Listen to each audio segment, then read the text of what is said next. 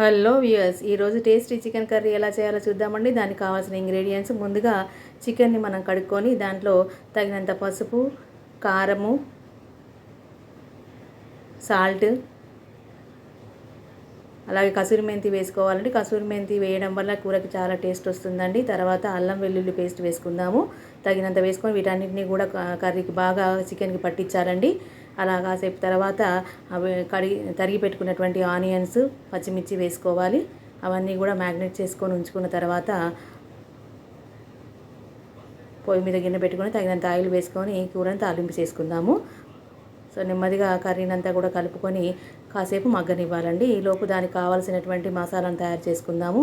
దానికోసం ముందుగానే మనకి కట్ చేసి పెట్టుకున్నటువంటి ఆనియన్స్, కొబ్బరి, టమాటా తీసుకోవాలి.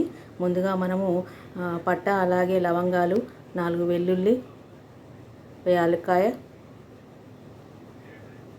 నెక్స్ట్ కొబ్బరి తీసుకొని గ్రైండ్ చేసుకోవాలండి. అదే మెత్తగా మెతికిన తర్వాత ఆనియన్స్, టమాటా వేసుకొని మెత్తటి ముద్దలాగా పట్టుకోవాలండి. సో అలా గ్రైండ్ చేసిన తర్వాత ఇప్పుడు ఆల్రెడీ మగ్గుతున్నటువంటి చికెన్లో వేద్దామండి.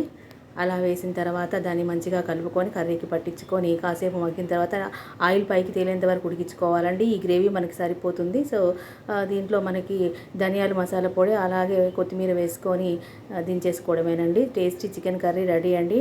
థ్యాంక్